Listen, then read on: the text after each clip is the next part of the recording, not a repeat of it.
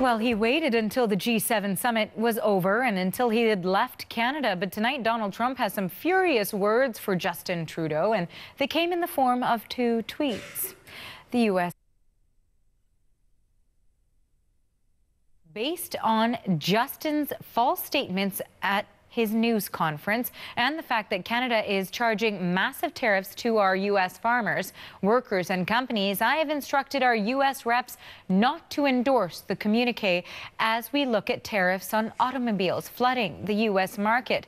In a second tweet, he says this: PM Justin Trudeau of Canada acted so meek and mild during our G7 meetings, only to give a news conference after I left saying that U.S. tariffs were kind of insulting and he will not be pushed around.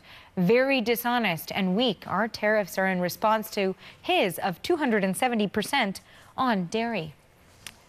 Now, that's certainly a very different tone from what we heard from Trump as he left Canada this afternoon. Take a listen. I would say that the level of relationship is a 10. We have a great relationship. The relationship that I've had with the people, the leaders of these countries has been, I would really rate it on a scale of 0 to 10, I would rate it a 10. Certainly doesn't sound like he would rate it a 10 now. The CBC's Evan Dyer has been following all of the twists and turns from Quebec City, and he has more on what prompted Trump's tirade. This has got to be tremendously concerning to the Canadian government. You know, Artie, this whole G7 in a way has been an exercise in trying to manage Donald Trump, not only his demands, but also his volatile personality, his temper, his ego. It seemed that they had been successful until 7 p.m. tonight. There was a joint communique. There were parts of it dealing with the environment that the U.S. didn't sign, but we always expected that to happen. And now we see these tweets. You know, in Trump's news conference this morning, he struck a somewhat belligerent tone, but he really didn't say anything that he hadn't said before. He perhaps couched it in slightly pushier or ruder language than we'd seen before. But these tweets are a complete departure, and of course, in total contrast to that clip that you just played.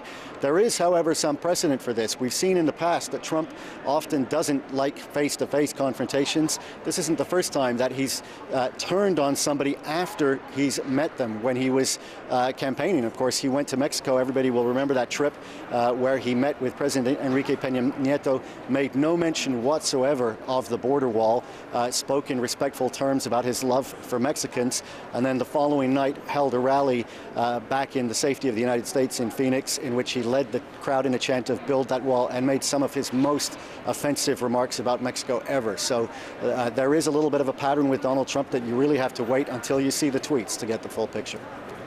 All right. And also, you know, in terms of the fact that we saw a change in tone, and we were talking about this with the Canadian Prime Minister in his closing remarks, it wasn't as diplomatic as we've seen Justin Trudeau before when he's speaking about the U.S. president. So how much does it appear that that was what really triggered Trump to make these furious statements really on Twitter?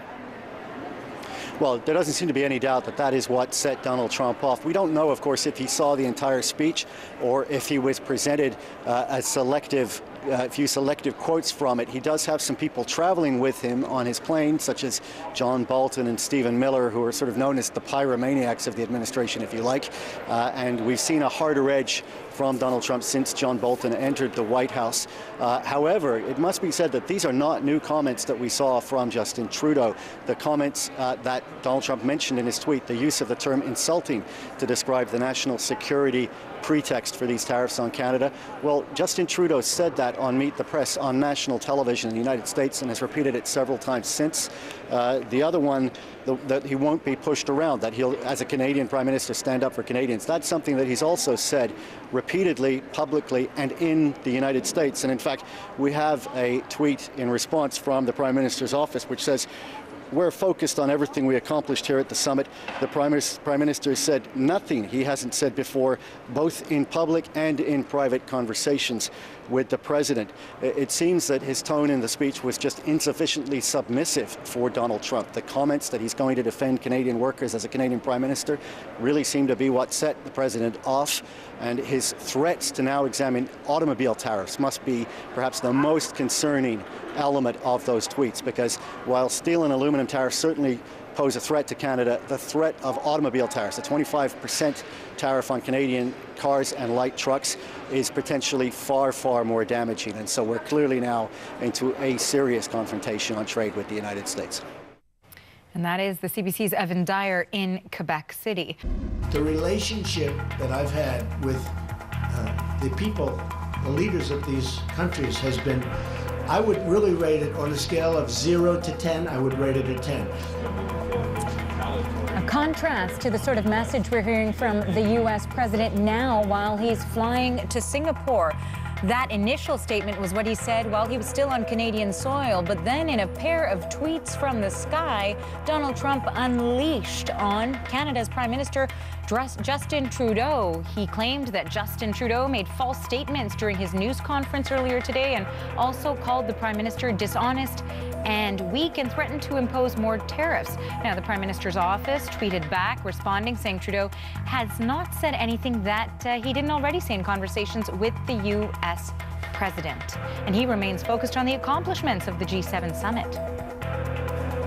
So for more on this latest development, we turn to Sarah Lenti. She is a former Republican strategist who served under Condoleezza Rice. Now, she joins us on the phone from Denver. Good evening to you, Sarah.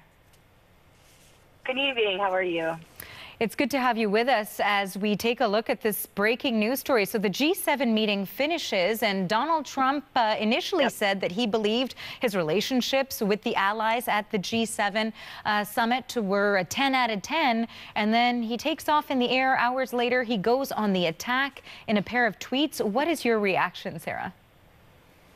The president has acted childish once again. I was first appalled that he arrived late this morning to breakfast at the meeting that your prime minister hosted, and then he had the gall to leave early before business was completed. So first of all, he was rude.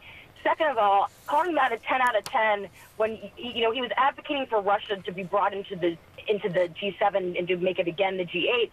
Nobody was in agreement with that. So just by virtue of that and knowing that the allies were not happy with him, not only because of the Iran deal and then because of the tariffs that he imposed earlier this week or earlier this month on aluminum and steel, he was in not a good position, and he knew that. So calling it a 10 out of 10 was just Donald Trump being delusional. And now, new this hour also, we've got some reaction to Trump's tweet, and that comes from a long-serving and a top American Republican. John McCain tweeted this, said, "To our allies, bipartisan majorities of Americans remain pro-free trade, pro-globalization, and supportive of alliances based on 70 years of shared values. Americans stand with you, even if our president doesn't." Sarah, what do you make of that response from John McCain? John McCain's putting a marker down. He knows where establishment Republicans are, which is very different from Donald Trump's base. And I think his statement stands alone in that, as he referenced, it's been 70 years of free trade. And Trump then, a couple of days ago, imposes this tariff. And of course, he's going to invoke angst and a response from allies. So this is not to be unexpected. And your prime minister, again, putting a line in the sand saying, I'm going to, take care and potentially retaliate with tariffs is only, as I said, is to be expected. Now, Sarah, no question, as all of these leaders meet, they certainly have their own citizens in their own country top of mind in terms of representing the interests of their countries. And the U.S. president says that is what he's doing as well. So what's your assessment overall of this G7 meeting, despite the tension between these other G6 countries, or the G6 plus one, as some people are referring to it? Do you think that progress was made? No, because the president has also backed out of the communique, which he apparently had agreed to signing. So whatever progress was made, he's now saying he's not going to sign the agreement because he's upset over what the prime minister said in terms of taking care of his own country, as you just noted. So no, and this is if you looked, I don't know if you saw earlier today some of the footage and pictures from the day, and there was one photo where the president was sitting down and the other leaders were like standing around him, and Angela Merkel had her hands on the table, and just the looks on everyone's faces. It's just, this is not where our best allies and our relationships are supposed to be right now, and I blame the president. And finally, Sarah, I did want to ask you, we know that Trump left Quebec early, and he says that this is in order to get to Singapore ahead of the summit he has planned with North Korea's leader, Kim Jong-un, a historic meeting between the two leaders. What do you anticipate could be accomplished in that meeting in Singapore? You know, the president said he's going to know in the first minute where Kim is, and so we'll just see what happens. You know, the Kim family has a history of, when they get to the negotiating table, wanting to draw out negotiations.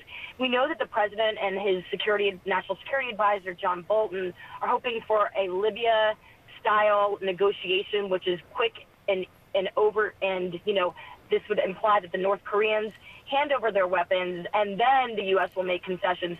I do not see a scenario where Kim is, in the matter of a day or even a week, going to just fold and you know, hand over everything that they have in store and plan. Thank you so much for your thoughts on this. Sarah Lenti is a former Republican strategist. Thank you, Sarah.